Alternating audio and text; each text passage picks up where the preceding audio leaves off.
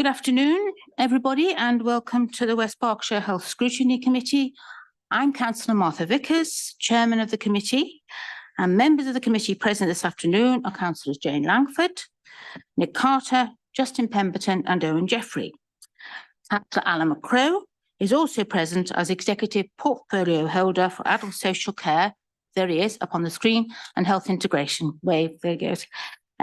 Council officers and external partners joining us to advise and support the meeting are Paul Coe, Executive Director for People, Joe England, in the back row there, I think, Service Lead Adult Social Care, April Pebbody, Acting Service Director Communities and Wellbeing, Neris Probert, Acting Senior Public Health Programme Officer, Guyon Pereira, hello, welcome, Public Health Intelligence Manager, Fiona Warby is not present today. Unfortunately, she had to give her apologies, but we have a short report from her.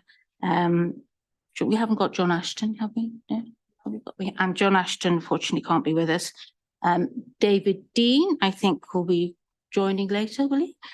Chief Executive Officer, Community Pharmacy, Thames Valley, and we're pleased to welcome also Avril Allenby, Service Manager for Early Years, from Buckinghamshire, Officer, is that right? I was not from. Yeah, what does that apply to? Oh, sorry. Okay. I didn't think you were with Bob Avril. No, you're with us. You haven't gone over to the other side. Okay, so from Buckinghamshire, Oxfordshire and Berkshire West Integrated Care Board, Bob ICB. We have Helen Clark, who is up on screen. Is that David Dean over there? Oh, is that John? Who's that, John? That's David Dean. That is David Dean. Sally Murray, is she not with us yet? She is there. Oh, she's there in the dock. Okay, Sally Murray, Head of Children's Commissioning. Have we got Julie Dandridge yet? Joining later. Later. She'll be coming. And Julie Dandridge, Head of Pharmacy, Optometry and Dentistry, will be joining us later. Vicky Phoenix is the clerk for the meeting, and the meeting is also being live streamed via YouTube, and Gordon Oliver is the Zoom host. Before we start proceedings, I'd like to explain for the benefit of members of the public who may be watching that this afternoon's meeting is being held both over Zoom and with councillors present in the council chamber. The meeting is being live streamed on YouTube, so members of the public are able to follow proceedings. Please can I ask everyone participating in the meeting to make sure they switch on their microphones when invited to speak, and to speak directly into them, and to switch them off when they finish speaking. If we hear a fire alarm this afternoon, we must leave the building immediately via the emergency exit. The assembly point is the Dolphin Car Park. If the lockdown alarm sounds, we will remain seated and await instructions from officers. We will adjourn the meeting until such time as it is safe to proceed. Do members have any questions about the way in which the meeting will be conducted before we proceed? No, doesn't look as they do. Right. Okay, item 1, apologies. Have we any apologies, Vicky? We've received apologies from Councillor Nigel Foot and Councillor Owen Jeffrey substituting. We've also received apologies from Fiona Warby of Health Watch. Thank you, Vicky. Item 2, we have the minutes of the meeting held on the 12th of December, which need to be approved. Can I have a proposer for those minutes? Thank you, Jane. And a seconder? Somebody that was there? All right, Owen, thank you. Thank you, Owen. So we have a proposer and a seconder. Everybody want to agree that they are a true record of the meeting? Those that were there? Okay, we all agree? Okay, nodding, hands up, thank you. So I just need to sign the minutes. Thank you. Thank you, Vicky. Right. Item 3, members are asked to note the progress in relation to the actions on page 11. Do we have any comments from members regarding them? Just to note that item 19 on page 11, we have received the report on perinatal equity for maternal mental health, which is sent out to members. It's not in the report because it's not on the agenda today, but just to note that it actually does acknowledge issues actually which are pretty relevant to the to what we're discussing today about equity, early years and access to services. And one of the comments is that women experience the greatest inequalities might not get access to some care due to changes in provision of maternity support from primary care. And it also notes that as midwives no longer are able to be accommodating GP surgeries, that reduces access. So I think those are things that have been noted here, and the actions that the midwifery services, which ICB might want to comment on, they are looking for a GP lead to support midwifery services and access, and are looking to the resources and how they can ensure that midwives are better supported in their work, particularly accessing issues to do with inequalities. So that's a report that that members have received. Do members have any comments and anything else on there? No? Okay, thank you very much. So we move on to item 4, which is declarations of interest. Do any members have any declarations of interest related to items on the agenda? Nope, everybody's shaking their head. Right, item 5. Vicky, do we have any petitions in advance of the meeting? No, Chairman, no petitions have been received. Okay, right, well, we move on to the substantial part of our meeting. And our first item, item 6, is about early years inequalities. And here we have April Pebbody, Acting Service Director, Communities and Wellbeing, Neris Probit, who've been introduced before, Guy Pereira, and do we have Sally Maria's there, isn't she? There she is, okay.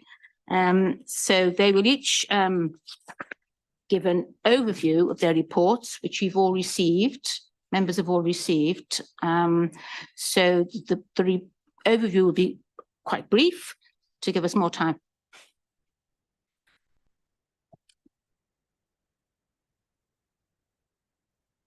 So overview would be quite brief to give us.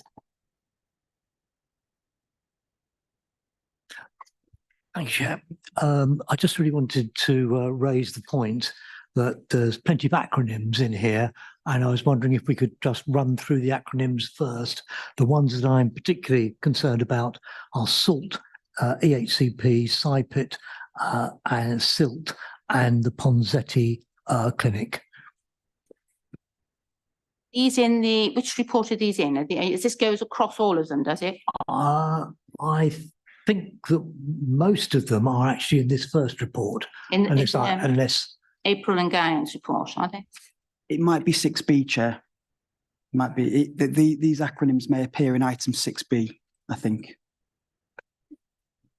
So I think those specific ones, you'd like those to be sort of clarified now, would you?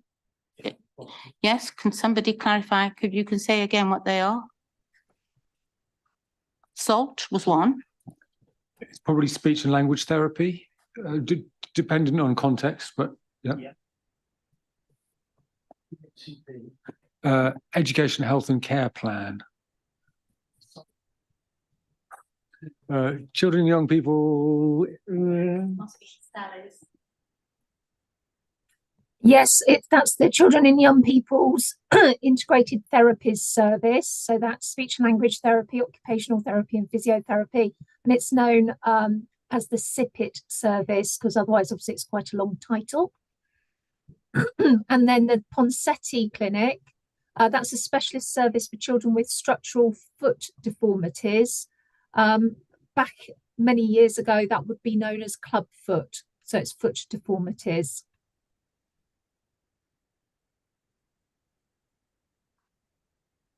SLT, I think, was the other one. Speech and language therapy.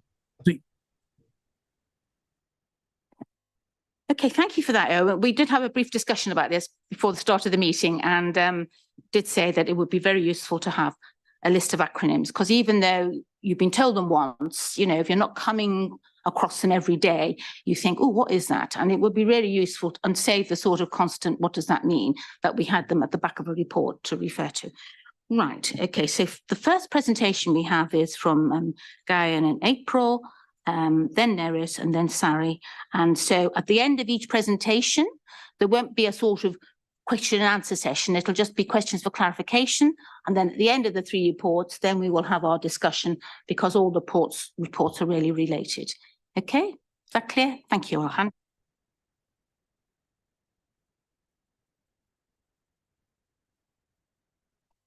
So thank you. So just to say, Guyan's going to give a presentation around early years inequalities and some of our public health data. So I hope everybody will find that interesting. So I'll just pass over to you now, Guyan, just to go through the presentation. Thank you.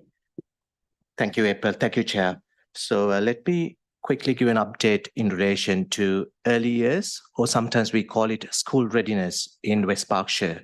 So the first slide summarizes what is early years or what is school readiness. So school readiness or early years starts with birth, but in fact, actually, when you read lots of evidence, we need to think before birth, 10 months before birth, that pre-pregnancy period. So pre-pregnancy period to about 5 years of child's age. It is so important for our, our lives. When you get older, when everywhere in our lives, that 5 years or even 6 years, minus 10 months to those up to about 5 years is very important.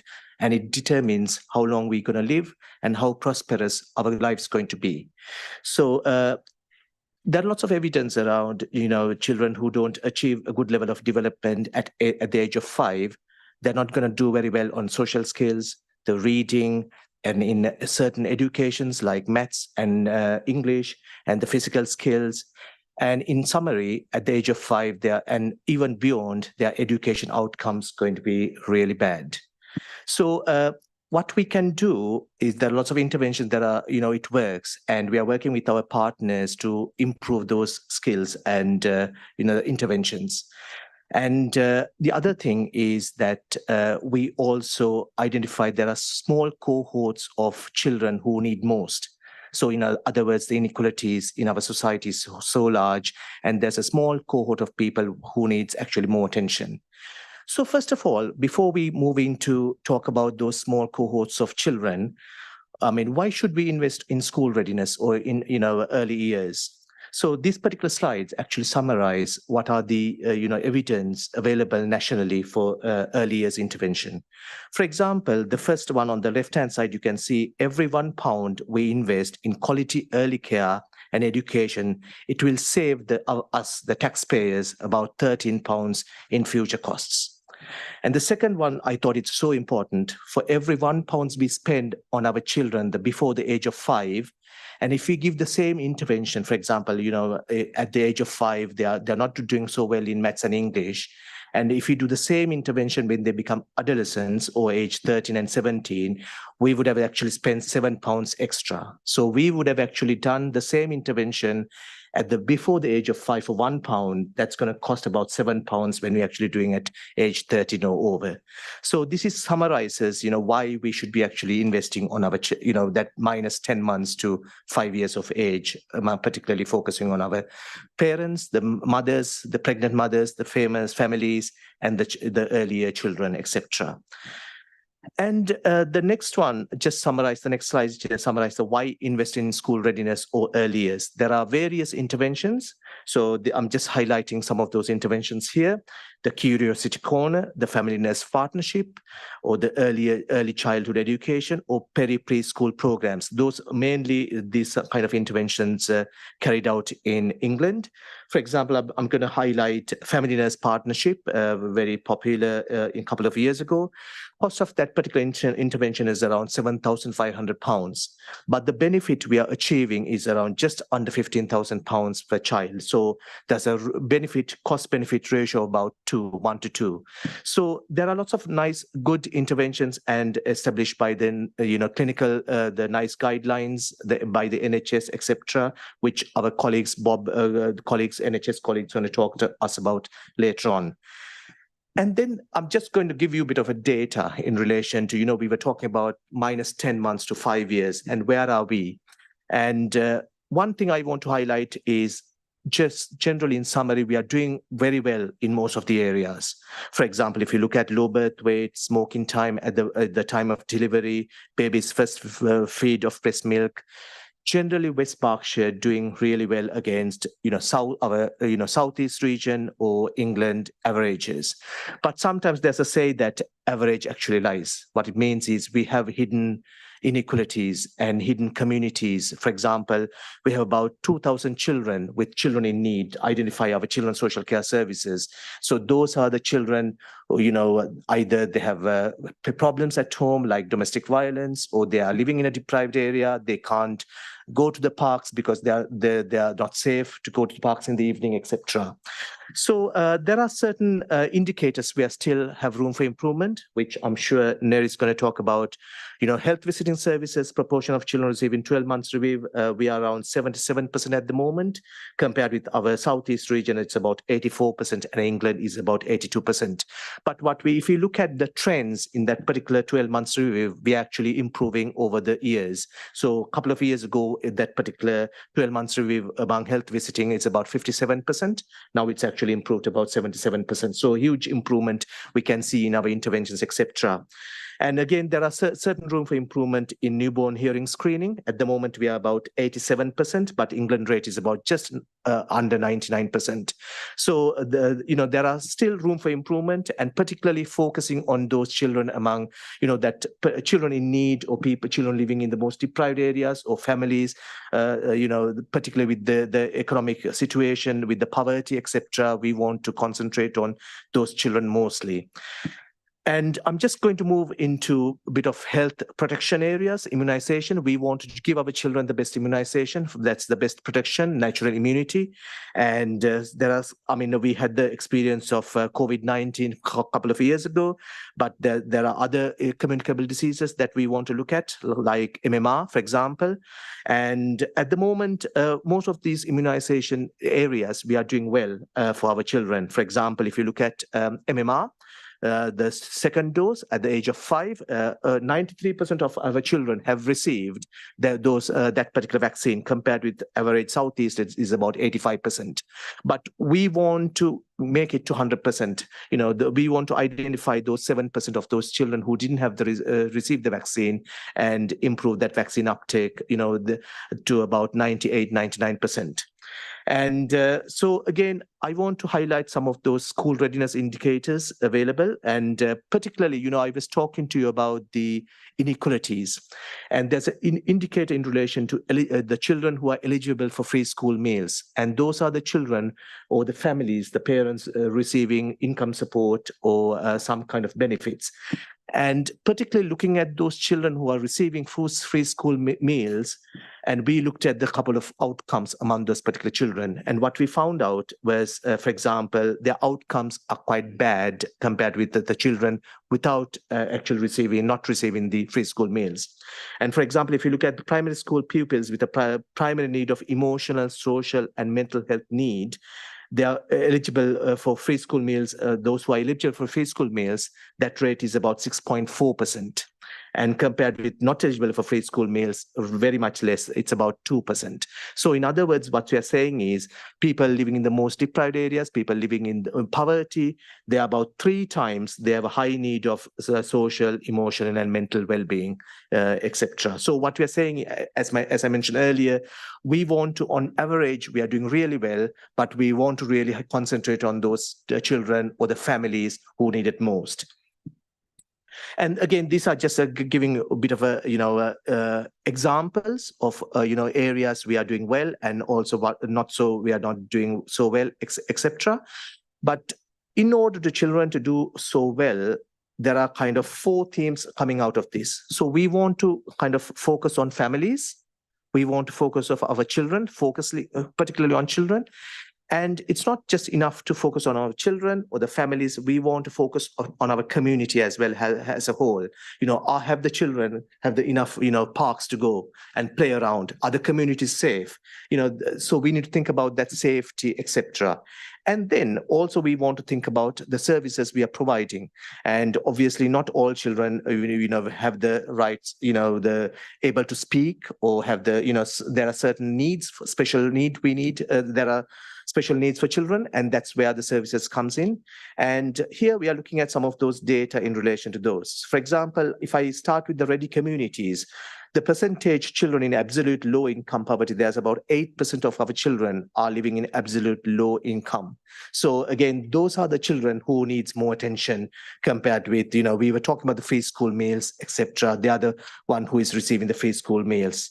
And then there are certain groups of children, for example, homeless, children who are homeless. There are about 11% under the Homelessness Reduction Act, 11,000 living in West Berkshire. And then percentage of children with free school meals status achieving good level of development, with only 35% in West Berkshire and compared with 49% in England at the moment. So again, you can see even when we are compared with the averages, certain areas we need a bit more attention.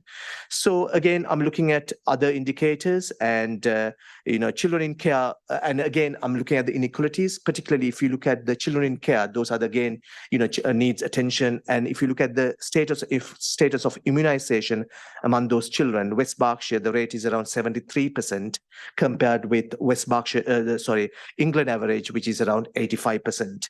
So there are, areas there's improvement, or even though overall we are doing really well in most of the indicators. So next area of the presentation, I want to focus on what are the evidence out there nationally and regionally, and what works. And obviously, our colleagues in NHS, they will come and talk to us about the speech and language therapy, etc. And it's also focused here as well. And there are 5 key themes coming out of this particular the area. For example, good maternal health. And, we were talking about that minus 10 months, and to about 5 years, the parental mental health is so important for particularly the later on the years, the children going into, as adults going into violence and the school violence, the youth violence, etc., and achieving good income and the coming out of the deprivation, etc. That mental health is a key focus. And then, of course, learning activities, including speaking to your baby, and even, there's evidence coming out when the mom is pregnant, talking and music therapy, etc., is actually good evidence of, child do really well. And enhancing physical activity is another key area, and parenting support programs and high quality early education, etc. So I don't know how I'm doing with the time. Am I? think if you could wind Yeah. up, that would be great. Yeah. So Very much. yeah, Thank you. thank you very much. So this is basically the next couple of slides summarizing what kind of interventions are available, and these are all evidence-based interventions. So what I'm suggesting is that, when we're actually doing these kind of interventions, our colleagues, all of us are actually looking for the best practice evidence. Thank you very much, Chair. Thank you very much, Guy, and that was very informative. Thanks for that. It's April. I was just going to say that obviously Guyan's given a really good presentation in terms of the data, but I don't want everyone to think that we're not doing lots of things in West Berkshire, because we are. And I don't know whether if it's okay, Chair, whether Avril could come in and just give some examples of some of the things so that we're giving a bit of context, so we're not just showing one side of the story. Would that be okay? Thank you. Yeah, just to give a bit of a brief overview, taking a focus on some of the areas that have been mentioned, with our most disadvantaged children, we identify them quite early because we have our family hubs. And what you have to remember, in the family hubs, they work with the parents. They're working with them alongside maternity services, alongside health visiting.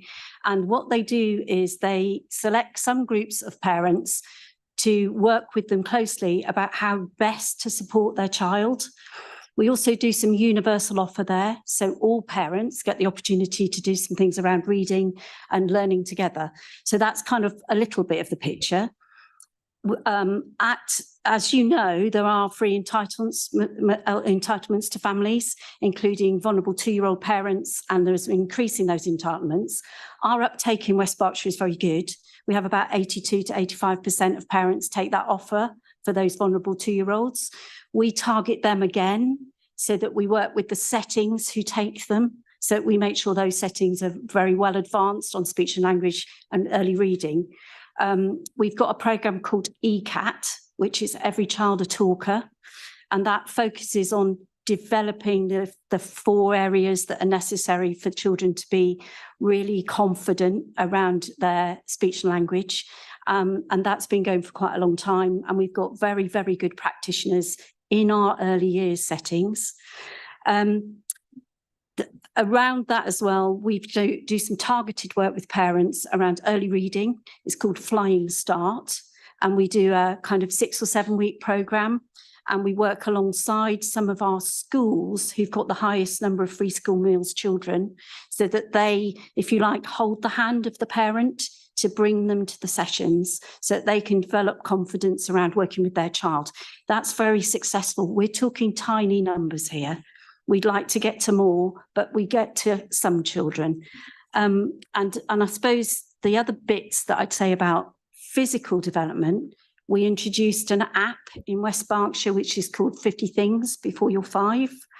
That encourages them to use the outside spaces in West Berkshire to do free activities, to get out and about. It's very West Berkshire focused, but it's very much about coming out of COVID and getting families out of their houses, out of their flats and into the local environment, and to get children doing physical things. So that's another thing that's gone on. The only other thing I'd comment, because I know you've got your time's precious, the identification of vulnerable 2-year-olds, the criteria for that is very slightly different to the free school meals criteria. So sometimes you get a bit of slippage there. And when school readiness is compared educationally, they use the foundation stage profile, which is a teacher assessment of children across a number of areas. It's a best fit at the end of the reception age. So it's very much, it's difficult for us to influence because it sits within the schools. And in some schools, you might have very, very small numbers. So 1 child who's free school meals, whereas you've got clusters in other areas. So we try to support those with clusters. It's much harder to support some of our tiny schools, our schools that have got kind of 50 children with maybe 8 in reception, and they might one year have 1 child who's free school meals, next year none. So, that's the group that is causing that big gap, just to give you a little bit of context. Thank you for that. I think that's a lot of information. Members, are we ready to move on to the next presentation, or do you have any, just for clarification at this stage, Councillor Carter? Yeah, I think it's, thank you. Yeah, it was just a query on the stats, actually. Well, one is West Berkshire as we understand it, not Berkshire West, which is the medical term meaning West Berkshire and Wokingham. And the second question is on this free school meal stat.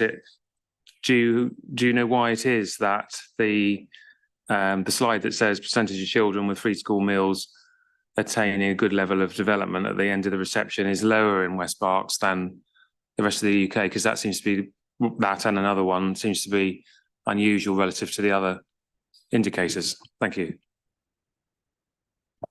Thanks, Chair. Thank you. Thanks. So what we found, particularly with at the time of 4 years or 5 years, those two particular indicators relation to phonics, and particularly for phonics, we are not doing so great. So April and I was talking about it earlier. So there are around about 240 children receiving free school meals, and only about 100 odd children actually achieved it. And it might be a data quality issue. For example, we know we haven't really identified the free school children who are receiving the free school meals, and those children could be actually have a good level of development like phonics, etc. So that might be one. But we have identified at the early years, we have a working group on this, particularly the subgroup of a health and wellbeing board. And that's one of the areas, particularly we want to focus on those areas and, work on particularly on phonics, etc. I don't know, April, you want to add anything to that? I think it's a really good question, and it's one that we would really like to be able to give a really good answer to. But I think we are very aware of that red indicator, and we want that to change. We want to make an improvement. And as Guyan has said, we have set up this specific early years inequalities group so that we can work as a system, all services together, including our health colleagues, to really try and tackle this and to see how we might be able to move that indicator.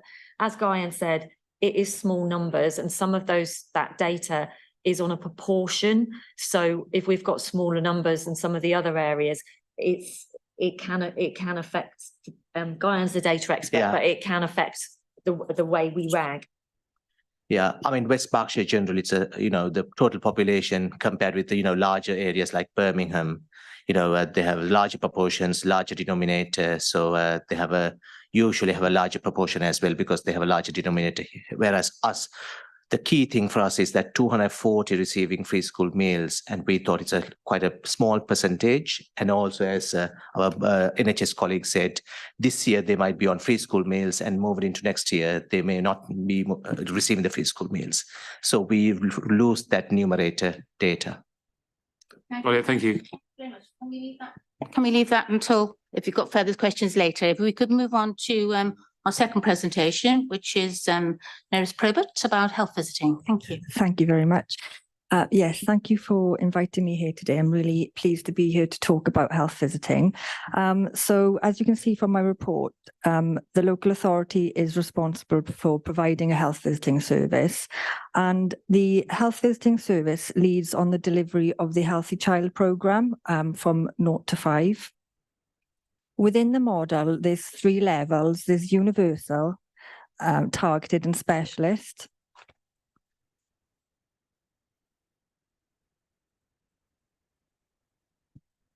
So in England, the spine of the Healthy Child programme are the 5 mandated visits.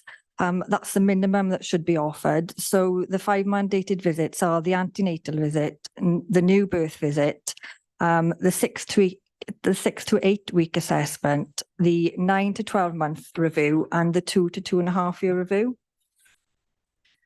So in West Berkshire, the way that we commission the service, we commission a skill mix. So what that means is that we have health visitors leading the service, but then we have a skill mix of staff nurse and nursery nurses that also deliver the service. So the way that it's commissioned in West Berkshire, the new birth visit is undertaken by the health visitor at home, which is a traditional way of doing it. For the antenatal visit, that's commissioned in a group setting for universal families, for targeted families, and that's both targeted and specialist. So from a health visitor point of view, for the lower targeted, that might be families that have issues with feeding or sleep, behaviour, things like that. And then the specialist section is more child protection, children in need, vulnerable children. So for the 6 to 8 week review, all universal is undertaken by a nursery nurse or a staff nurse, and targeted and specialist by a health visitor. And the same for the 1 year and the 2.5 year review. So in addition to those mandated visits, there's also an additional 3 and 6 month contact, which is new to this contract. Universally, that's a digital offer. Targeted, that's a face-to-face offer.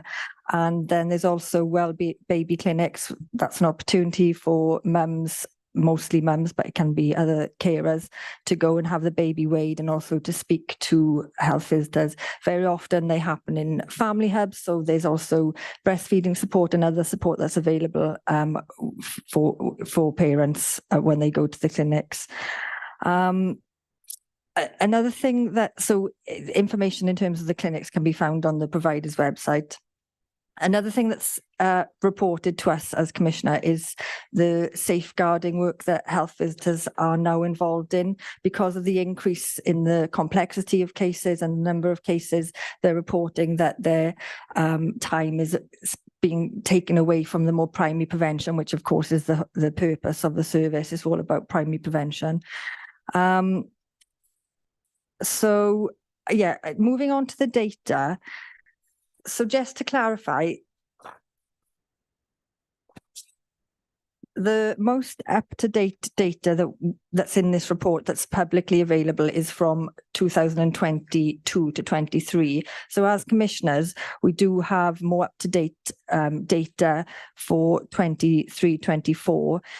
So like Guyan said, for most, if you look at the indicators for West Berkshire compared to England and to the southeast, the West Berkshire is doing either the same as England and the southeast or better, apart from the 12-month review and the 2.5-year review last year. That was due to some issues in terms of still catching up from COVID, staffing issues. There's a national shortage of health visitors.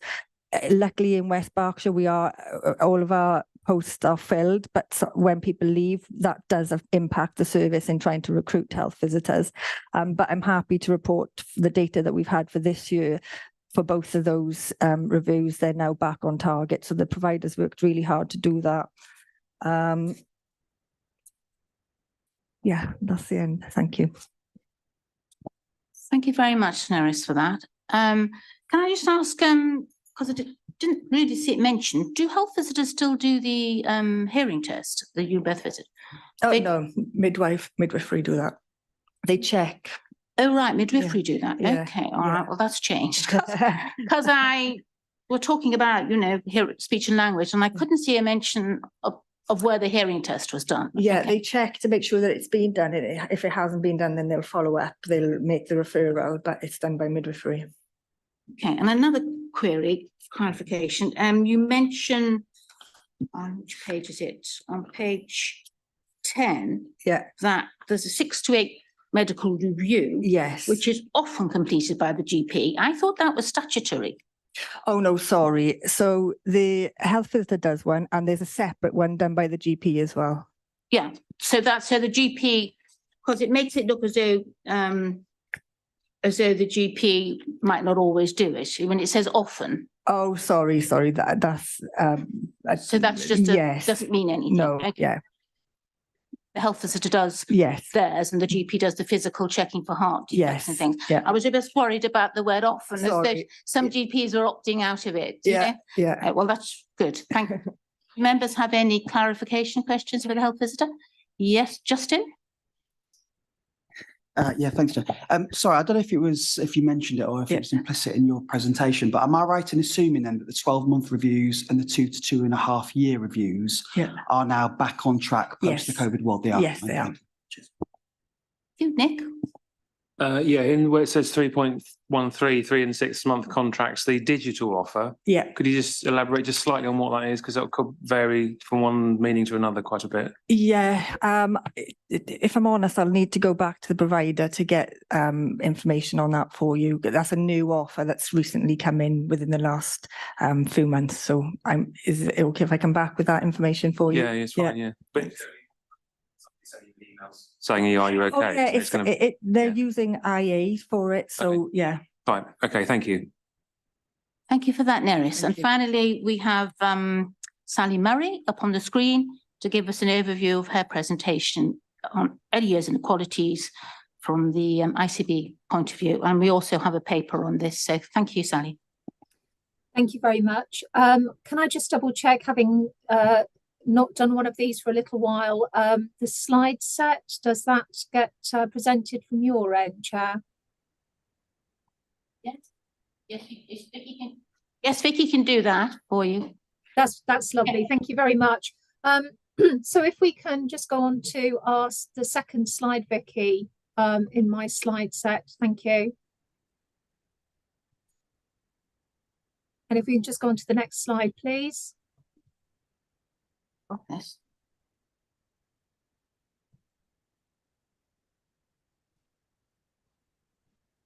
Thank you very much. So by way of context, colleagues previously have talked a little bit about the Early Years Inequalities Group, which is has a focus on prevention in early years, factors in school readiness, and are currently considering early years intelligence such as school readiness data and the family hubs. Excuse me. This is a group that we attend, and as does the provider, Berkshire Healthcare Foundation Trust. And we very much look forward to this work continuing over the next 12 months, so that it will give us more of an opportunity to have a look at data and how we can work as a system to support these youngsters so that we get the best possible outcomes for them. In terms of demand for services, I'm sure it's no surprise to you that we have seen an increase across the board in demand. And while, yes, demand has gone up since the pandemic, actually, we were seeing this increase year on year pre-pandemic. And that was very much evidenced in the ECAT, the Every Child a Talker work that was referenced earlier. So we were seeing that trend from 2015 onwards. Since the pandemic, for speech and language therapy, we've actually seen a 21% increase in demand. And in response to that, we are shifting, or we have shifted our delivery model to a more needs-led early advice, prevention and intervention model, very much in line with the ordinarily available concept. So rather than the old-fashioned, if you like, referral, sit on a waiting list, have an assessment, get a diagnosis, and then get help. What we're doing is we're shifting to a needs-led early advice, prevention and intervention model. And there's a little bit more information about that to follow in a couple of the slides. We were going to undertake a review of therapies pre-pandemic. It was all planned, and then unfortunately the pandemic landed. There are a couple of slides on how services are commissioned, and you'll see from that it's not straightforward here in West Berkshire. We have now undertaken the therapies review. That piece of work has happened, and in light of that review, the therapy services commissioned by the ICB are due to be recommissioned this year. And we're obviously looking at ways that we can streamline or maximise what we're getting to meet the needs of our communities. So the next two slides are just showing the commissioning arrangements, which are there for your reference. If we can move on, please. And again, thank you very much. So in terms of meeting speech, language and communication needs in the early years, there is a correlation here for school readiness, development of literacy, social skills, etc., etc. So the shift that we have had particularly recently is to avoid sitting on waiting lists. When families are worried or have a concern about their little one, they have open access to an advice line where they can speak to a speech and language therapist, and those lines are now open 2 days a week. And anybody can ring in and have that conversation. The impact has been, we had 177 waiting at the start of January, and now there's nobody waiting. And as a result of that telephone call, it may be that the child needs to come in and be seen for a full assessment. However, very often families may just require, may require some strategies to see if that's going to make a difference. So they may be directed to the online offering, or indeed we've introduced some early language development workshops. So if we move on to the next slide, there's a little bit more information. So the early development workshops, families can attend in person on the health bus, and their next live health bus session is in West Berkshire this June, or indeed can log in and it's open access, and can participate in an early years language workshop, which might be on communication foundations, communication building blocks, or scaffolding communication. And then currently under development are some workshops on autism and speech sounds. These workshops are very popular, and families are reporting a really high level of satisfaction with them. So if we can move on to the next slide, please. Thank you. We also provide surgeries into early years. There's a forum for all early years settings, and we're currently, or the provider are currently working on a targeted training offer to settings that will be available from the autumn. Every early years setting has access to an information pack, and there's also a live link where materials are kept updated, as well as if you go onto the BHFT, the Berkshire Healthcare Foundation Trust website, there's whole sections on, for example, communication and hearing and other issues where there's lots and lots of information available. I'll also add, there was mention earlier about the ECAT, the Every Child a Talker, which is commissioned by the local authority. So we do have speech therapists working in there. And that's linked to the Through My Eyes project, which is looking at social communication skills. Again, we have seen some good outcomes there. On average, there's round about 650 children who are deemed at the beginning of the year as being at risk of speech language communication delay that are then monitored, and the early year settings are enabled, and the families are enabled to support language development. And then we will have a look, or the team will have a look at what the outcomes are, and whether those youngsters are still in fact at risk of a delay in those critical years where language development really happens very, very quickly. So that is being monitored through the ECAT. If we can go on to the next slide, please. So a little bit about occupational therapy provision and commissioning. There's a slide there on the commissioning arrangements. If we can go on to the next slide, please.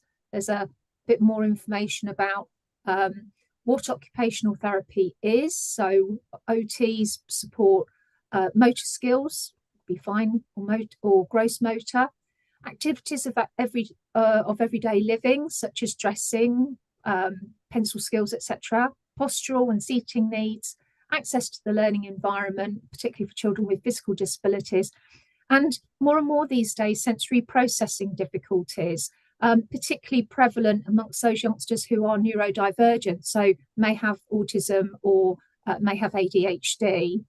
And support is available through training and advice for families and early years settings. We've introduced early years sensory processing workshops, which were trialled in the east of the county and are now available across the county, as well as having training videos available on YouTube, so on demand, that anybody can go onto at any time. And there is also an online toolkit. So we can go on to the next slide, please. So again, some information about physiotherapy. And for physiotherapy, this isn't a universal provision. It would be very much youngsters who maybe has a neurodevelopmental or a rheumatological or respiratory issue, particularly seen at Royal Berkshire Hospital, but potentially also seen by Berkshire Healthcare Foundation Trust. And if we can go on to the next slide, please. In terms of emotional health and wellbeing needs in the early years, the focus is very much on supporting families. It's quite unusual for under fives to be accessing mental health services themselves. However, the health visiting team and the GP are very much there to support emotional health and wellbeing needs for the family members and the carers.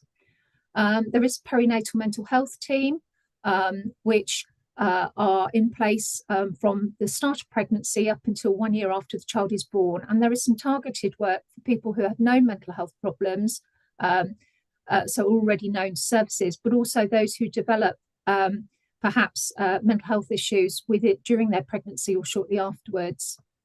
We also provide support via the health bus and also through the Sharon Forum. So these support, help and resources online forums, of which there's a perinatal network. There's one specifically for dads, and there's also another network which is available for parents and carers. The ICB also commission Autism Berkshire, who themselves work with parenting special children, and they work with youngsters who, or children who may have or do have confirmed autism and or ADHD. So in the early years, children may present as having needs in that area. The sensory processing workshops, the speech and language provision is there to support these families, but also there's Autism Berkshire who can provide peer-to-peer support, as well as things like sleep clinics. So if we can go on to the next slide, please. And finally, in terms of supporting general health and development in the early years, clearly there's the GP and the health visitor, as one would expect. There is the facility to refer to the Dingley Child Development Centre, and that centre brings together teams of specialists who assess and treat children and young people who need support to overcome a developmental issue or a complex illness. And we also have a statutory duty to notify the local authority of children who may have a special educational need and or disability. And that would generally come from either GPs or, either come from the health visitor or more likely actually the paediatrician service down at Dingley. And I think that is my last slide. Thank you very much, Sally. Thank you for that overview. Can I just ask, page 23, you refer to speech and language therapy, and that you had a waiting list in January of 177, and suddenly you have no one waiting. That seems a bit hard to believe. You obviously refer to the advice line. Yes. So are you saying that a lot of the people on the waiting list don't need speech and language, and that when they go to the advice line, they sort of get support they need? I mean, it looks to me as though a lot of this and a lot of the other things are very dependent on the parents sort of accessing help rather than them being identified by somebody such as a health visitor visiting them generically as needing help. And a lot of the families that don't have the wherewithal to know where to go or to identify problems will not access this help. So do you not think you might be missing out people here? Okay, so in terms of I'll confess here, I trained as a speech and language therapist, and I very much worked in that model where families would be referred, they would have a wait before they spoke to the speech and language therapist, and then the child would automatically come in for an assessment. And quite a lot of those youngsters didn't actually need very much other than advice, guidance to the family, because the language development is kind of that village model where it's about everybody interacting with that youngster rather than, you know, the one-to-one support of the speech therapist working individually with the child. So it's about putting that advice and guidance within the family setting, but also in the early years setting, which is where the focus is. In terms of the waiting, I'm talking about new referrals. So new people who have been referred by the health visitor or perhaps a self-referral or from an early years setting into the service. We've turned it on its head because what we know is that if somebody is worried today about their child and they get that advice, support, and are listened to very quickly, it has a much speedier impact rather than sitting on a long waiting list and waiting several months to have that same conversation. So this advice line is speaking to a qualified speech therapist who, where strategies can be given immediately, things to try. But if a child sounds like they need to be seen for a full assessment, they will then be put onto a bit of a list to get that assessment happening. So it's about switching it so that the advice is there right from that very, very early stage when the families are concerned. And yes, I absolutely take your point about the more difficult to engage families. I absolutely get that, but did not attend rates have always been a thing. So it's always been difficult to get everybody in. And that's where the family hubs and having input and support in the early years centres is so critical. Well, thank you for that, but I still can't believe that there's nobody waiting.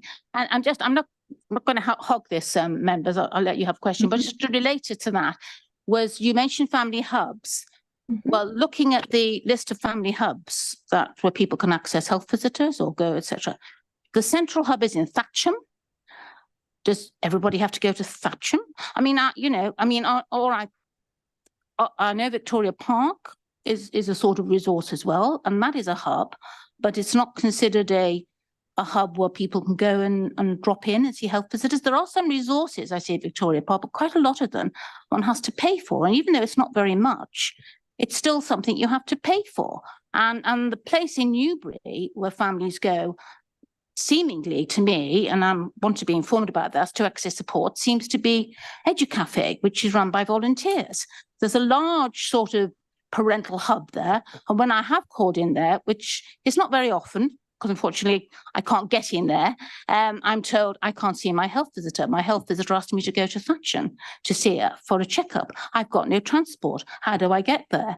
And I know there are clinics scattered around. We're seeing health visitors, but that seems to be where parents are congregating. And whenever I go in there, I'm just deluged with complaints about the services that are available for young people, so young families. So I'll shut up after this one. And let others. Can I just clarify? Is that a question about health visiting, or is that a question about speech and language therapy? This has got nothing. This what the EduCafe that I mentioned, or the comment that you're making, is that about speech and language therapy?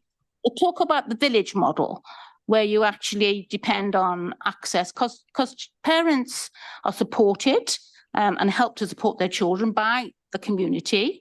And it's very much a parent being supported that can help the child to develop its language. And it's the child getting out and mixing with other children that helps to develop language. And if those resources are limited, then the child does not get that village experience that you're referring to. So Neris was going to respond anyway. Okay, thanks very much anyway. Thank you, Sarah.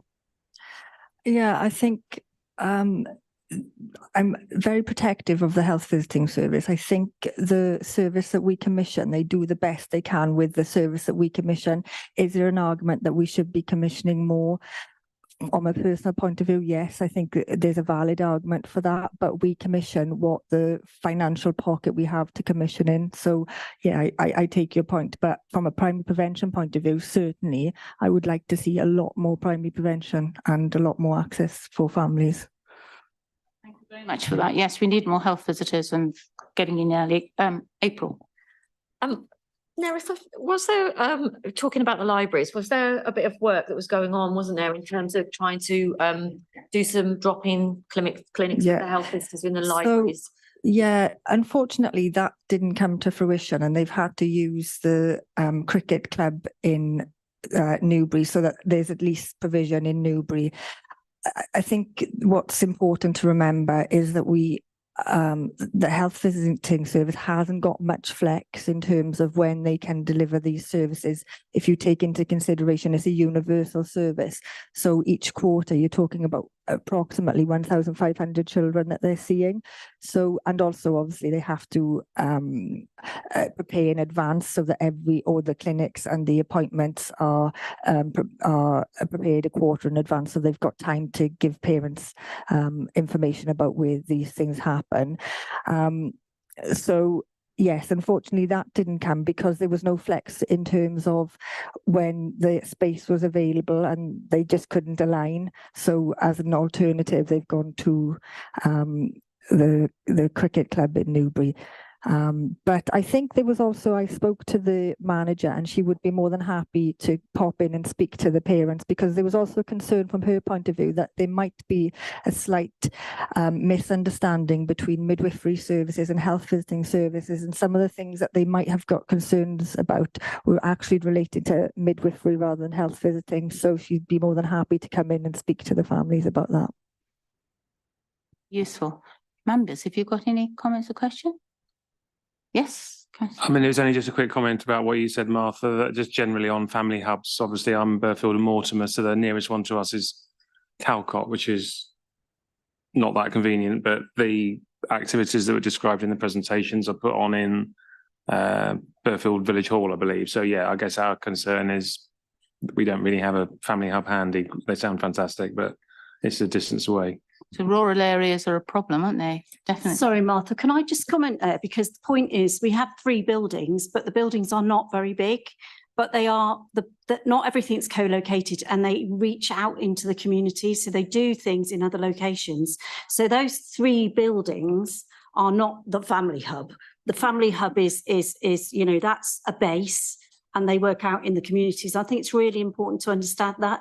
Calcott's building is very tiny, but they cover that whole area in the east, and they do it on a rotational basis because obviously they haven't got the staff to do it everything all the time. And that's the same with Victoria Park, is actually the West Family Hub. and it works with Hungerford Nursery School as a satellite to cover that, the Newbury bit and the whole of that rural area going out to Hungerford. So they're 3 hubs, but they reach a big area each, just to clarify that for people. So they would be having sessions in, say, a village hall or? Absolutely. They do things on the army base. They do things lots of places and move it around depending on need at the time. I think you can get caught in a building and it isn't a building. No, thanks for that. That's really useful. Hub and spoke then effectively. Yeah, got it. Thank you. Jane. Thank you, Chair. I found it very interesting, and I found the first speaker extremely interesting, and the cost benefit of doing things at the early stage is overwhelming. I was quite surprised. What saddens me is that everybody else who's spoken seems to be stretched. And we're coming up with all these clever ideas, and I do think they're clever ideas, to have family hubs and drop in this and drop in that and drop in something else. I noticed there's not very much going on in my area, which is to the east of West Berkshire, but the stretchedness of everything seems terrible. Is nobody listening to the data that is being gathered, saying how important this early stuff is in terms of saving money long term? Sounds like a question for the MP, actually, but no. Well, it probably is. So I suppose I would say in terms of, yes, we're obviously looking at that evidence. Part of setting up the early years inequalities group is to take that type of question to that group to look at it. But I suppose in context, we have a range of services that we have to deliver in public health, and we have a limited budget. So we need to be able to provide services across a range of things. But I think looking at our evidence, having that early years inequalities group and having those discussions, that's the type of thing that we can start to challenge ourselves and say, do we need to be putting a bit more of our budget into the health visiting service? And I think that is part of that process. I think that's a really, really good point. Thank you for that, Jane, and thank you for the answer, April.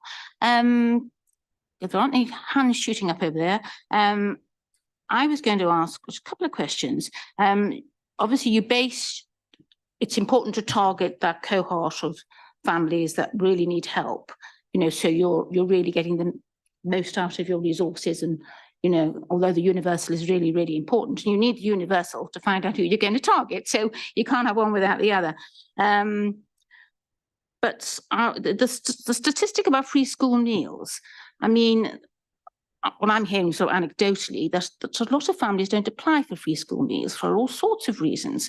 So that's not the only statistic one can have. This is why you do need that knowledge of families, because they, for various reasons, I suppose, because they feel a bit embarrassed or, well, I don't know. I mean, there's a lot of people out there, and generally the people that don't desperately need it, that will grab up everything that's going. But when you really need it, you feel that everybody will think, "Ooh, what's the matter with her?" So, I mean, I'd like a sort of comment on that. And the other thing I'd like a comment on is that we're hearing a lot about all the services working together, particularly the health and the council. Now, we've seen that within health visitors, midwives, GPs, even with health, there's often a problem with sharing data.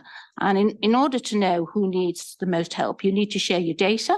And so there's a sort of absolute chasm. There's problems there, but there's a chasm between data sharing between any of the health organisations and the council. And again, that is vital if you're going to all work together. So I wonder whether anybody wants to comment on that.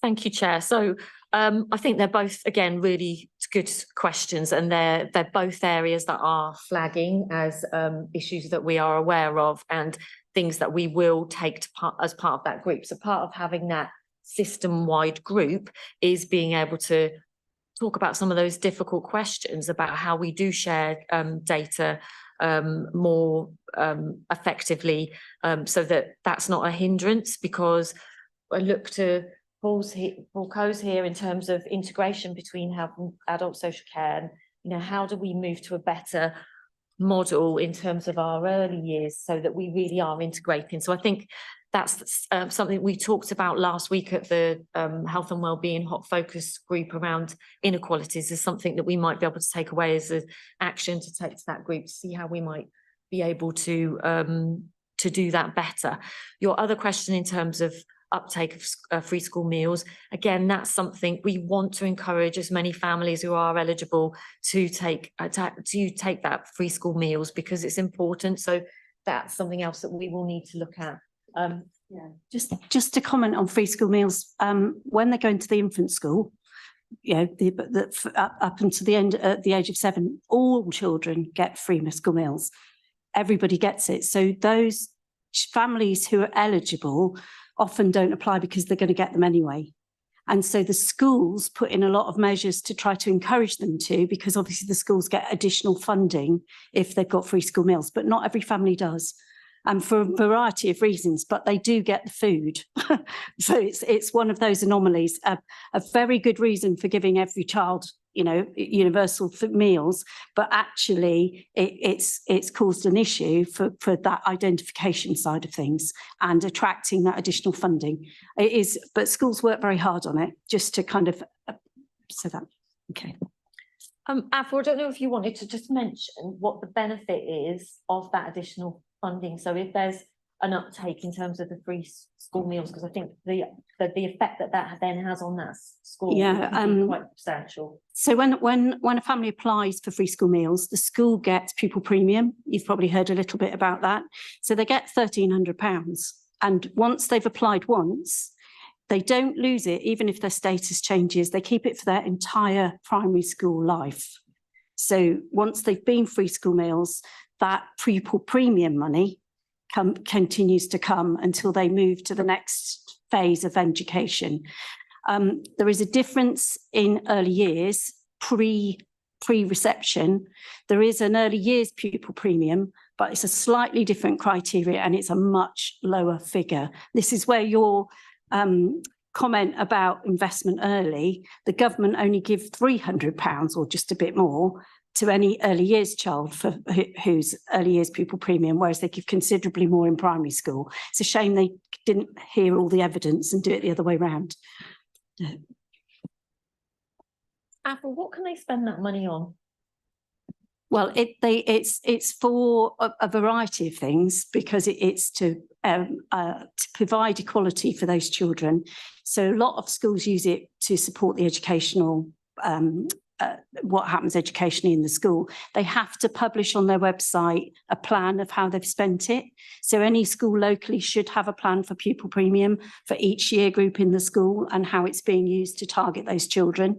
They can also use it to close those other inequality groups, like things like not having the correct uniform, being able to go on school trips, all of those things. So it's quite a variety of things, but schools do have to publish a plan of how they're spending it annually.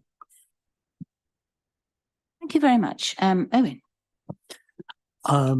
What you have said is a bit like it's the light bulb moment. I really hadn't understood that. Can I make sure that I have now understood it? That any child in England, and we won't worry about the other administrations, but any child in England going to their first primary school will get their meals free in school if they choose to do so. But if they qualify for preschool meals and they actually apply for that, or their parents apply for it, then that unlocks additional funding to the school. Have I now understood that correctly? Yeah, that's absolutely correct. Yeah, it's important. Thank you for that. And yes, I think that's really clarified that issue, and important for us to know that, isn't it, Ellen? Thank you. But I'm sure it's extremely unclear for very, very, very, it's absolute news to me. Absolutely light bulb moment. I hadn't clicked with that in the slightest. And I should think there's an awful lot of parents out there who've got no idea about it either. Which is why you need the professionals accessing them and identifying them, such as a health visitor, and saying, did you know? Yeah. Yeah, sorry, I just add one, and I hope this doesn't cause confusion, is because it's a light bulb moment as well, because I thought that income support automatically put you on preschool meals. I know that in secondary, income-based job seekers allowance automatically puts you on, as I understood it, because I think I had a personal experience where I was on the latter and my son automatically got it and didn't want the meals, as in he didn't want to be called out for being on free school meals. So why is it that in the early years people aren't auto-enrolled, which then opens up the funding? That's maybe if I correctly understand it, it's why do the parents have to register? Why doesn't the system just say, you obviously early years, you obviously qualify, therefore open up the funding and tell the school to give the food?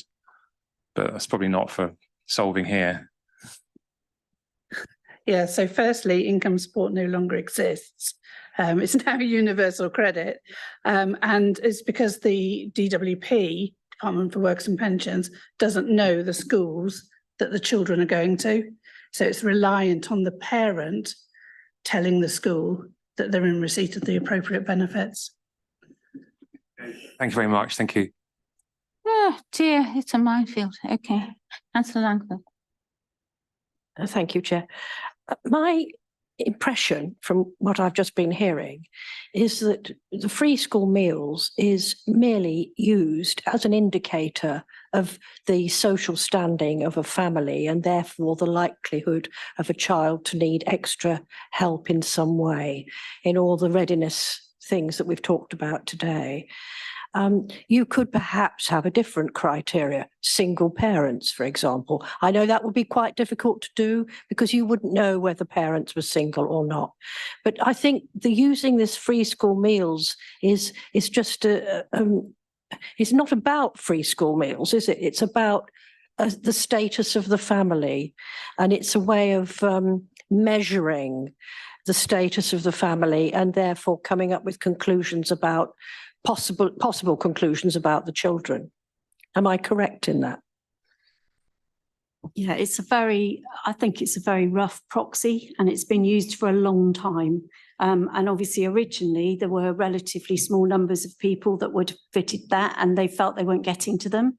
So there's some good reasons for doing it, but actually as a measure, it's not very robust. And in the current cost of living crisis, you've got the just about managing families who fall just outside of that and won't attract any additional funding to the school, but could easily be in as much difficulty.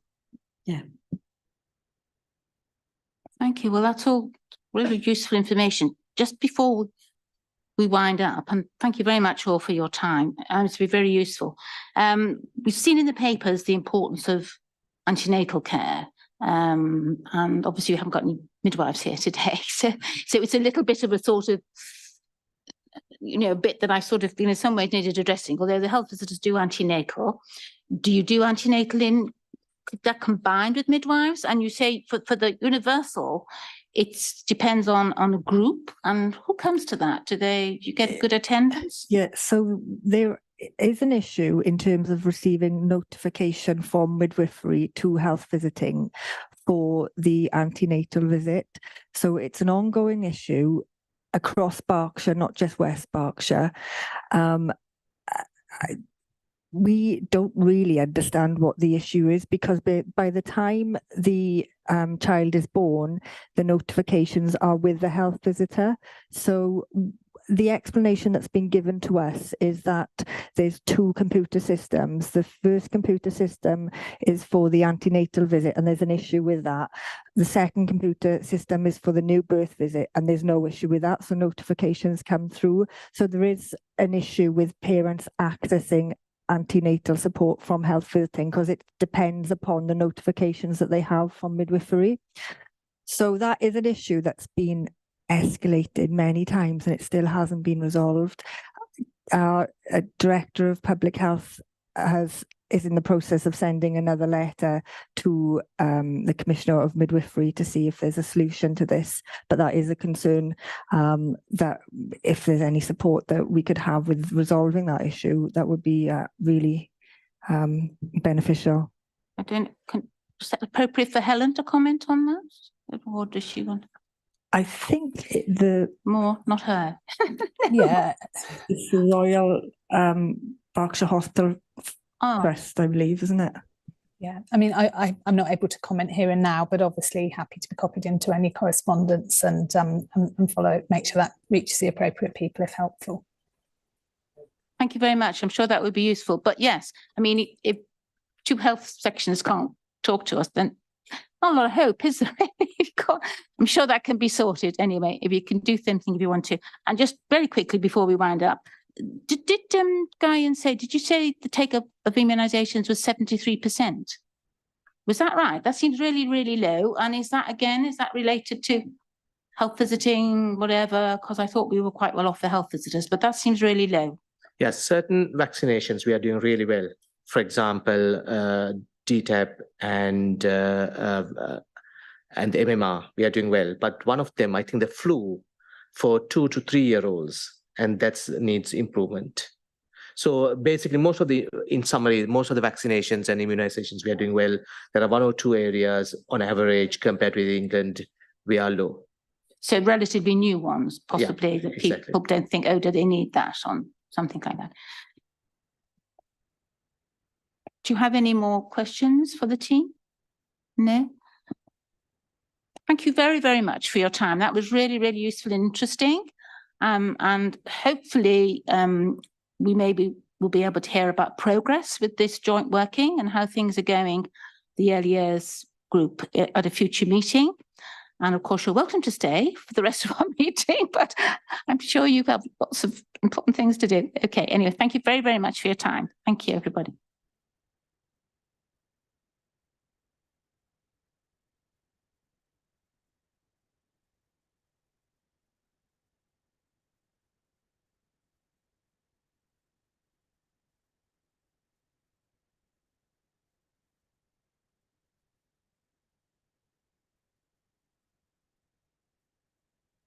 Right, thank you. Now we have a discussion on pharmacy provision, which I know members have got lots of questions and issues to raise and which there's a lot of public concern about. So we'll be interested to hear the overview of pharmacy provision from, got Julie Dandridge now on the screen, Head of Pharmacy, Optometry and Dentistry, and we also have David Dean, who can comment later on, Chief Executive Officer of Community Pharmacy Thames Valley. So I think it's over to Julie. Yes, thank you, Chair, and thank you for that that introduction. I present my paper here to you today, giving a background and overview of community pharmacy across Bob, picking out in particular areas in West Berkshire. If I may just spend 5 minutes pulling out a few highlights, but I do want to allow time for questions because I think that's probably where members will get the best the best feedback and we can be shared. I'm really grateful to be joined by David, who's been in this arena for many years. So I think it's fair to say that we have seen a changing face of community pharmacy over recent years, with the announcement of Lloyd's withdrawing pharmacy services and pulling out of Sainsbury's supermarkets. That we have seen a big change, but as a result, we've seen a lot of new providers and new owners of community pharmacies, especially those on the high street, which Lloyd's managed to sell to new owners. This has meant that we've got less of the chains of the large chains providing services, and more sort of independent providers, which are much more likely to be part of the local community and the provision at that level. So I think that is a positive. going forward. We've got a we're also seeing that changing face of community pharmacy, seeing lots more services and high street services being provided. And whereas perhaps previously the core role was to dispense prescriptions, we are seeing more face-to-face clinical services being delivered, including the most recently announced Pharmacy First, where pharmacies, where community pharmacies who have signed up to provide the service can provide treatment for 7 common conditions. I think the dispensing of prescriptions obviously is still a core part, but we are seeing also more internet pharmacies doing that, and more and more of a shift in that direction. In terms of pharmacy closures, and the report details the closures that we've had in West Berkshire. What we tend to do, and I know Newbury and Thatcham, we've both seen the loss of a pharmacy, but when we hear about a pharmacy closing, we'll work very closely with David and his team to understand whether that workload can be picked up by neighbouring pharmacies, and indeed could potentially strengthen those remaining pharmacies. And I'm sure David will be very keen, very pleased to pick up any questions around that. Over the time of COVID, or towards the end of COVID, we saw a lot of unplanned closures. So pharmacies who weren't able to get locums, who'd locums let them down. And as a result, people were turning up to community pharmacies and they were closed. New regulations were brought in to try and make sure that pharmacies had proper continuity plans, and also informed local services of when they had to shut for unplanned closures. And as the graph shows, we've seen those numbers really drop now to just the real exceptional circumstances of a flooded pharmacy, or a locum who has got stuck on the M4 traffic. The other shift that we have seen across the patch is a reduction in pharmacy opening hours, especially for those pharmacies that were previously open 100 hours. And those pharmacies that were open 100 hours often worked till midnight, and opened up early in the morning with full provision on a Saturday and Sunday. Those regulations have now changed, allowing those pharmacies that were open for those long lengths of time to reduce their hours to a minimum of 72 hours. What we've seen there is that we've seen almost the loss of that sort of 9 p.m. to midnight slot, where actually the use by the population was relatively low. I think this has actually had a lot of benefits for pharmacy, as it's made them more financially viable, as they don't have to pay those premiums to keep the pharmacy open into those late hours of the night. Of course, it's not all rosy in the world of community pharmacy. We know our workforce and our community pharmacy numbers are falling, and we need to do a lot more to make sure that that community pharmacy, and that the pharmacists want to come into community pharmacy. We've had a number move into our primary care networks, working alongside general practice. And I think in some ways the move to the more clinical services will help support that workforce. And we need to work much more closely with the School of Pharmacy at Reading University to try and incentivise those newly qualified pharmacists to come into our local communities. In terms of next steps, I hope members will be aware of our primary care strategy, or at least our draft primary care strategy. And I think that's really important to the world of community pharmacy, because it sort of embeds the importance of community pharmacy alongside dental, optom and general practice professions. And I think it will also strengthen that interaction between all four of those pillars. We hope to see some digital improvements which will enable communication between the community pharmacy and others, making it much more easy and straightforward, and so digitally supported.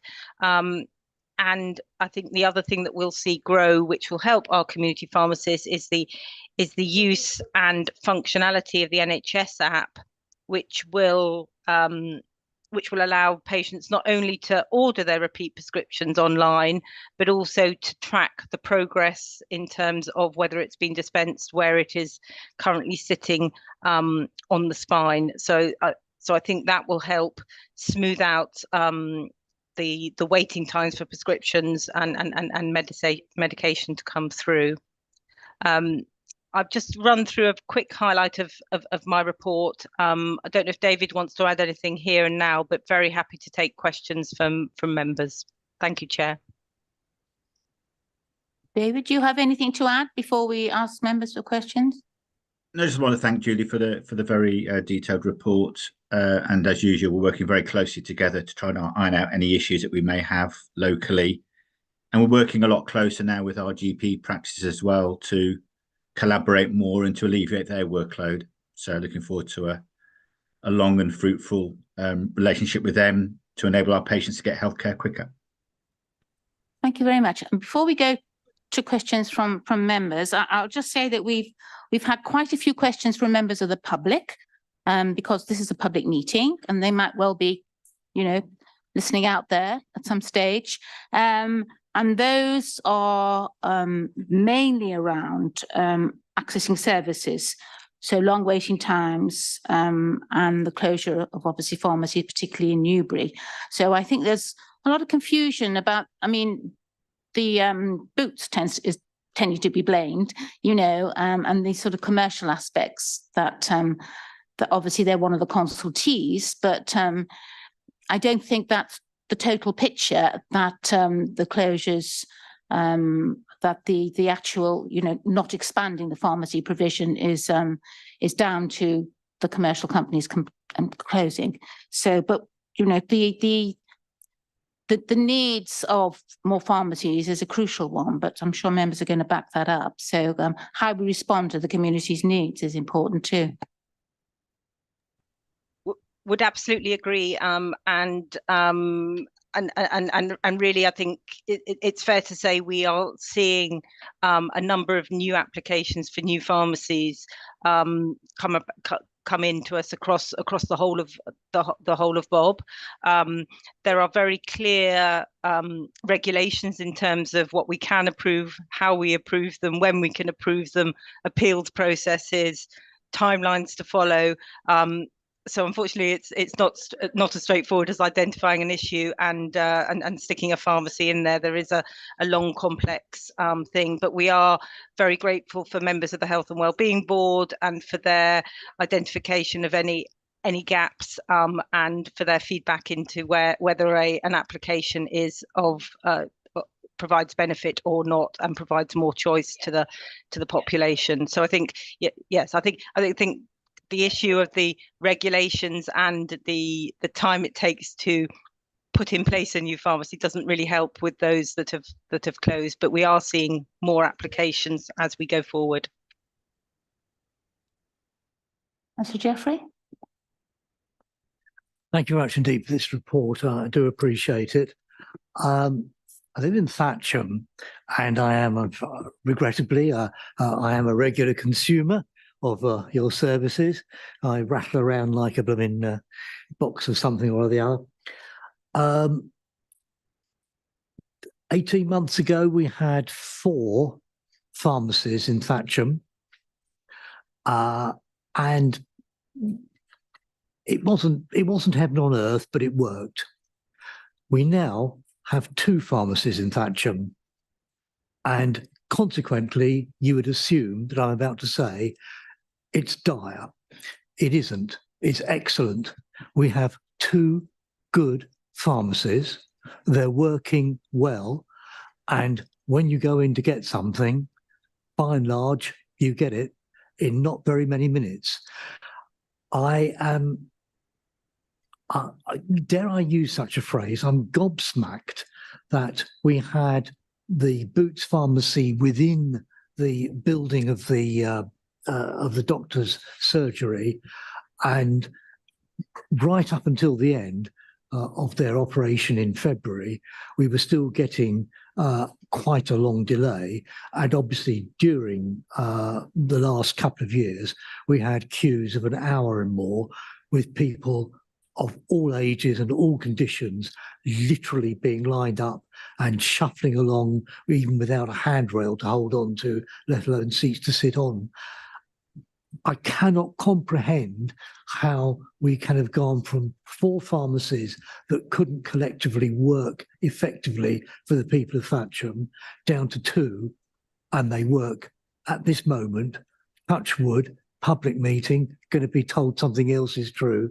But for me, as an actual user, I can assure you it's working very well indeed. How does that come about? Can I answer that one, Julie? And congratulations. Yeah, I think very, very welcome to hear some positive feedback. And 1 or 2 things come into play here. You can have 20 pharmacies that all run badly, or you can have 2 that run really well. And it's about the quality rather than the quantity. But it does demonstrate there was a reason why those 2 pharmacies left the market. It's because they weren't financially viable. Now we've got 2 pharmacies that are financially viable, are continuing to innovate. And actually, you're quite right. The level of service has gone up immeasurably, and we need to make sure we protect them for the future, for the community of Thatcham, because if we impede their development by opening up more pharmacies, it will send them backwards because they'll have to make cuts for staffing and all sorts of things. So thank you ever so much for the feedback, and we do appreciate it. Can I just comment? Oh, I'm sorry. You say something there. Yes, I was just going to say, and we don't underestimate the hard work that those individual 2 pharmacies that are remaining are doing. So it's probably as much of your thanks into them as it is into us. Councillor McCrow, you wish to say something? Oh, thank you. Yes, the Health and Wellbeing Board was concerned about the closure of the numerous pharmacies around the district, particularly in terms of waiting times. And there were already complaints about waiting times in Thatcham, which Councillor Jeffrey just addressed, but also in Hungerford. And I think as pharmacies have closed, there has been a noticeable increase in waiting times at other pharmacies. So the Health Wellbeing Board did ask for the ICB to carry and Health Watch to carry out a kind of check into the resilience of pharmacies as a result of the closures. Also, there have been applications for new pharmacies in Thatcham and in Newbury, and the board has actually written in support of those. There was objections from not only Boots but from one of the other Newbury pharmacies about the one in proposal in Newbury. But the board has written in support of both of those. So things hopefully will improve in the near future. Can I just ask about, just for clarification, particularly if any member of the public do tune into this, the role of the Health and Wellbeing Board? So the Health and Wellbeing Board is just a consultee. So I just wonder how much weight is put on what the Health and Wellbeing Board says and whether it's concerned about closures or thinks a new pharmacy is required. The Health and Wellbeing Board, and apologies, I don't know if the chair of the Health and Wellbeing Board is in this room, but the Health and Wellbeing Board is also, thank you, Councillor McCrow, is also responsible for the publication of the pharmaceutical needs assessment, which is what looks at where there is gaps across a geography in terms of provision. Now, clearly that changes over time, and with pharmacies closing, etc. It's normally on a 3 to 5 year cycle in terms of being updated, but the Health and Wellbeing Board can issue supplementary supplementary guidance, I guess, that states that if a pharmacy closes, that they do deem a gap. I think what that helps with the application, or changes the application process in terms of whether and under what circumstances we at the ICB consider a new application, whether it's under unforeseen benefits or whether it's as part of an identified need. The feedback from the Health and Wellbeing Board on as a consultee of new applications is incredibly helpful in us determining our determination, which of course is then subject to appeal from interested parties. So it's not just a straightforward ICB says yes, it then happens. Thank you for that. Councillor Carter? Yes, thank you very much. Yes, I've got a question on part 25 of the report, and also what you said, Julie, which was very interesting about the digital improvements with community pharmacies able to link electronically to practices and GPs able to make the pharmacy first referrals. So parking the general subject of digital for a second, I take it you agree that where a town or village has both a pharmacy associated with and run by a surgery and a separate independent dispensing pharmacy, it is reasonable to expect the independent to gain digital access to the prescription so they don't need to collect them. The context there is we have an example in Mortimer, which I don't know how unique it is. I'd like to think it's the only one in West Berkshire where it happens, but it may not be, where the independent pharmacy, which was Butler's originally, then Lloyd's, Chehoots, now Little Village Pharmacy, has to send a member of staff to the local surgery each day to send and collect prescription forms. So, and we have the weird thing that residents can actually raise the prescription online through the app, which under the surface triggers a guy to walk backwards and forwards twice a day to do all this stuff. So digital is, yeah, it's healthy. Yeah, it's good for him. The digital is a fascinating subject in itself. But I think what they're saying is, can we now just not have in 2024 at least email or some access to some web system that allows him not to have to do that, with the other enhancements that all make perfect sense to come along later? And I don't know whether you're the people to be asking, so I'm asking you the question. If it's not you, I suppose, who is it? But what will we get for people like that, and when will we get it is really the question. Thank you. What enhancements? Thank you. Yes, that clearly should not be happening in this day and age. Patients can choose where their prescription gets sent digitally, and we will certainly follow that up for you and see what we can sort out. Can I just add as well, that does actually produce queues at a pharmacy. So if a prescription is received electronically, especially if it's a repeat prescription, so a regular monthly prescription, if it's an electronic repeat dispensing prescription, a pharmacy can get that electronically a couple of weeks before it's due, find the stock, assemble the medication, and have it ready for the patient. If there is no electronic repeat dispensing, the pharmacy gets a day's notice to try and find the stock and then assemble it before the patient turns up. And it creates a lot of workload within the pharmacy and hence queues. So that's one way in which we can reduce queues. And we are working closely with the ICB to identify opportunity, because the majority of practices are fully electronic, but we do have a few stragglers out there, and we're helping identify them and work with both the pharmacy and the practice to implement that system. Thank you. Could I just ask a quick follow-up, which is on a more general level on what you said in part 25, where you said with pharmacy first, when do you think the enhancements that you were talking about in there would come in? Pharmacy First has actually happened now. That is in place. I mean, in the context of you said it is reasonable to expect the independent to be granted.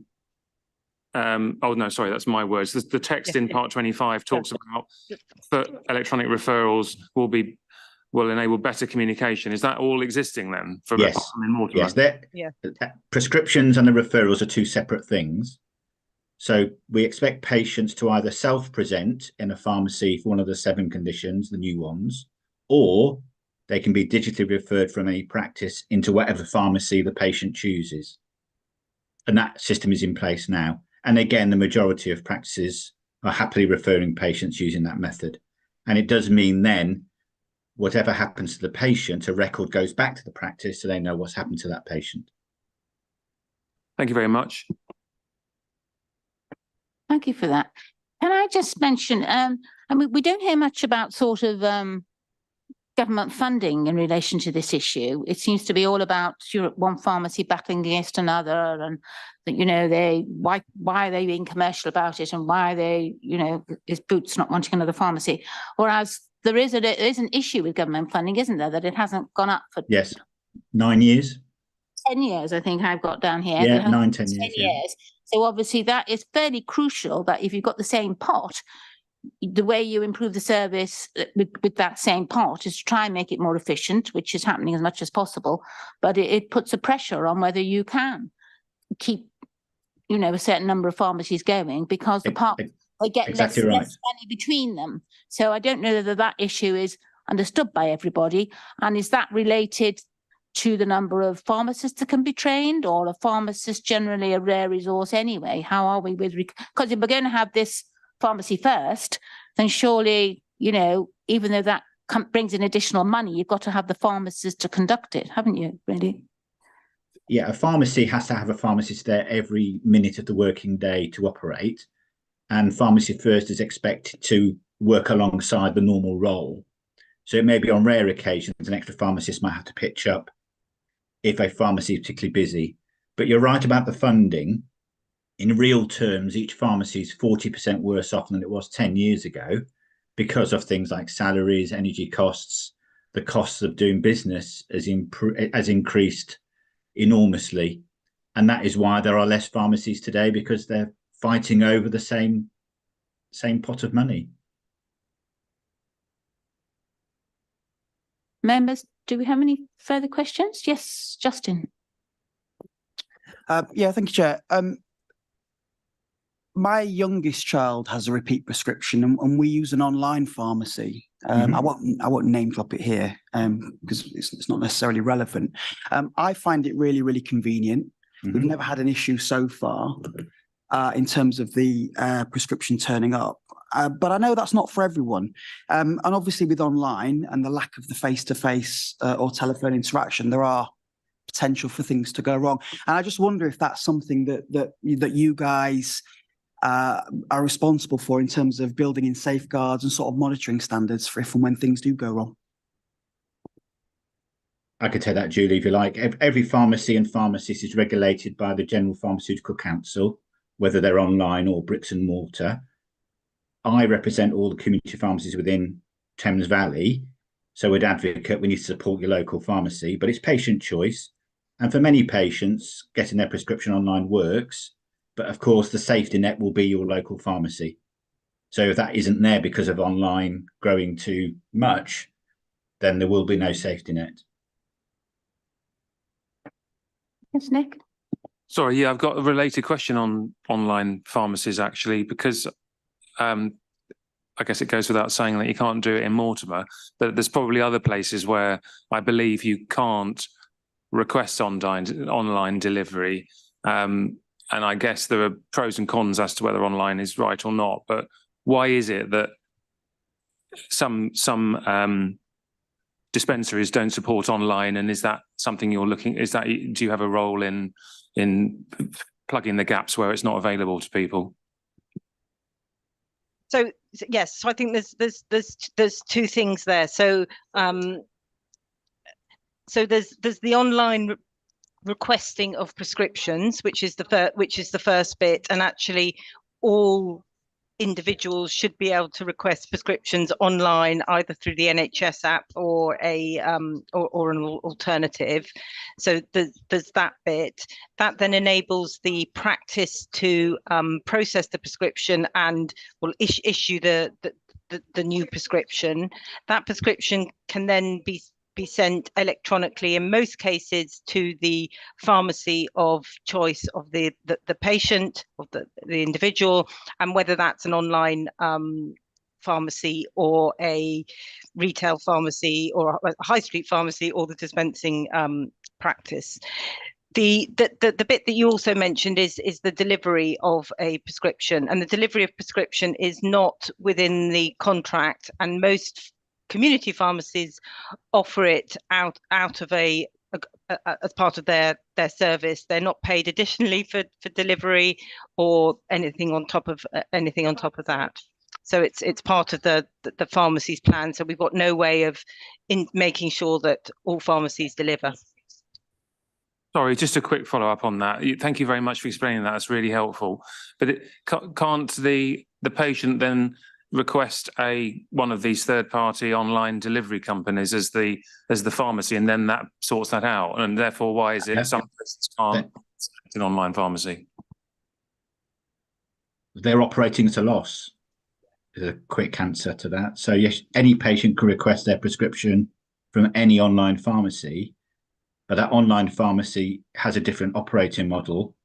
They offer free delivery, but they're generally operating at a loss. Thank you very much. Great, got it. Thank you. Yeah, just unless member have got any more questions. I was just going to ask, we talked quite a bit about giving you views about what's going on in the community and members of the public and their own thoughts.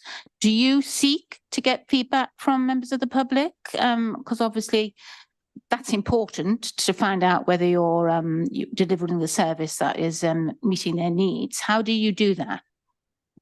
In normal times, because we didn't do it during COVID, there is an annual questionnaire which every pharmacy is committed to getting their local community to fill in and offer feedback. But aside from that, we work very closely with Health Watch, and they will conduct surveys, not commissioned by us, commissioned by them, that understand and find out what local communities are looking for and what they're getting from their local service providers, whether they're a practice or a pharmacy or a dentist or an optometrist. Thank you. Yeah. I don't know whether Alan wants to comment on that, because I think Health Watch actually have been asked to do a survey. Is that right, Alan? They're not here today. Yes, I have. Yes. Okay. So, yeah, that has reminded me they have. Unfortunately, they're not here today, but thank you for that. Thank you for clarifying that. Members, any more questions? No? All right. Thank you very much. Thank you for attending. And I think we've all found that very informative and very useful. And I'm sure we'll be hearing more. Yeah. Anytime. Thank you very much for listening to us. Very much Bye-bye. indeed. And you're welcome to stay, but goodbye if you're going. Thank you. Thank you. Bye-bye. Thank you.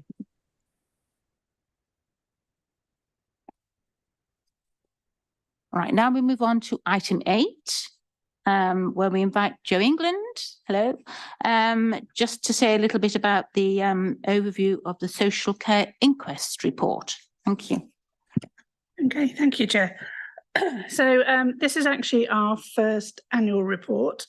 It follows on from the report that was presented last year, which covered nearly a 3-year period from May 2020 to March 2023. As you will see in the report, we have seen a significant reduction in the number of inquests that we've had requests from the coroner for information. We've only had 2 in the last year where we've had actual requests for information.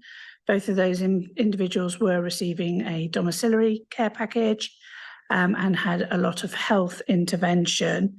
Neither of those requests resulted in us being added as an interested person to the inquest, so therefore we didn't have to provide further evidence or actually attend the inquest hearing. So we've actually seen a significant reduction in the number of requests for information that we've had. Thank you. Did we know why there was a sudden increase in the first place? We don't know. We don't know whether it was COVID related, whether it was various incidents. There were a couple of incidents in care homes. We've never really got to the bottom of it. We do know that there was a coroner who was particularly overzealous, who is no longer working for Berkshire Coroner Service. So we don't know. So it will be a case of obviously monitoring it annually going forward. And if, you know, if we continue in the vein that we are now back to, then hopefully we'll have no further issues. Well, it's good to know that there is this scrutiny and that, you know, there is, we are looking into this and that if there are concerns, they are addressed. So thanks very much for the report. And it's good to know that, that the issue has been resolved, but we'll be keeping an eye on everything. So thank you very much for that. Members, have you got any? Nothing? Thank you very much, Joe. Thank you.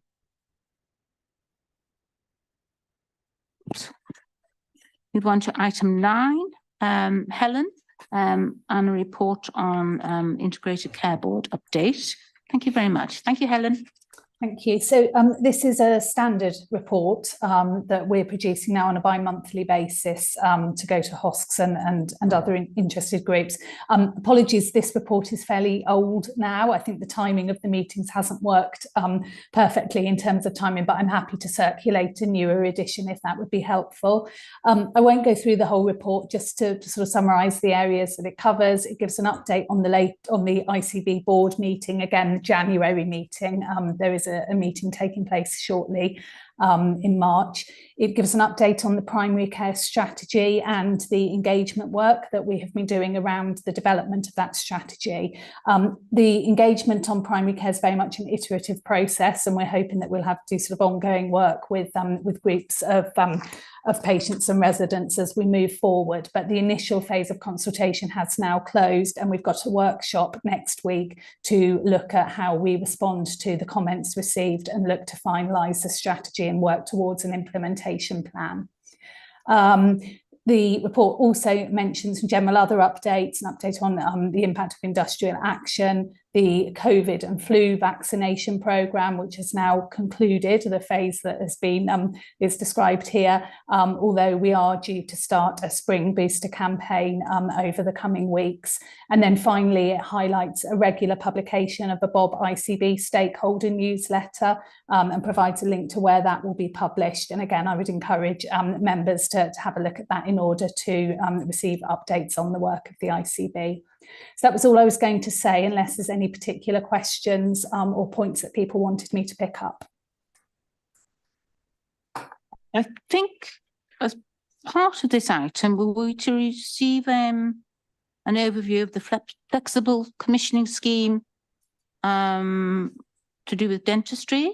Was that? Oh, apologies, Vicky. I think we were going to ask Julie that, weren't we, alongside her item. So I think we've missed that, but we do have a written update on the flexible commissioning scheme, which I'm sure she could share an extract from that would answer the action from the last meeting. Okay, thank you for that.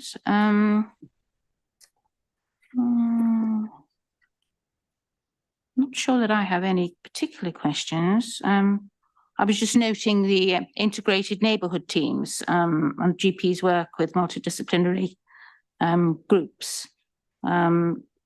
Is that a relatively new initiative, or is that something ongoing, and is it proving effective?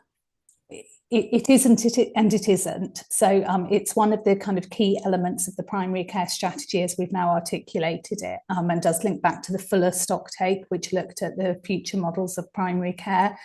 Within Berkshire West, it's very much focused on bringing different groups of professionals together, facilitated by the PCNs and supported by the PCNs primary care networks, but also involving wider partners such as social care, voluntary sector organisations, social prescribers, alongside community health, to really look at how we provide proactive care for patients with potentially complex needs. So it builds very much on work that has happened previously in Berkshire West, and particularly in West Berkshire, where we've looked at having multidisciplinary teams aligned to primary care networks. And I know members of the committee may be aware of that work previously. So I think it's very much about us reviewing and revising that and thinking upon how we build on that as a model to sort of increase the range and scope of patients able to benefit from that sort of approach going forward. And have you been conducting some surveys into patients' sort of satisfaction? Has that been doing through Bob, or is that linking in with HealthWatch? So a combination. So linked, obviously, we have ongoing patient engagement arrangements, including the National Patient Survey, but also local work that goes on. But linked to the primary care strategy, there were a whole series of focus groups and workshops that were undertaken in conjunction with HealthWatch. So we worked very closely with HealthWatch around patient engagement to get input into that strategy piece of work. And as I say, we would hope that will be an ongoing way of working so that we're able to test out the impact of the initiatives within the strategy and sort of fine tune our approach as we move forward. Thank you very much for that. Members don't appear to have any questions. So thank you very much for your report, Helen. And we'll Thank you. See you next time. Thank you. Bye-bye. Thank you.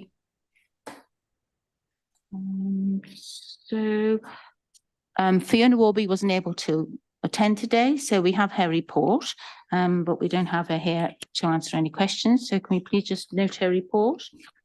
Item 12 is our task and finish group updates, and that's on page 53.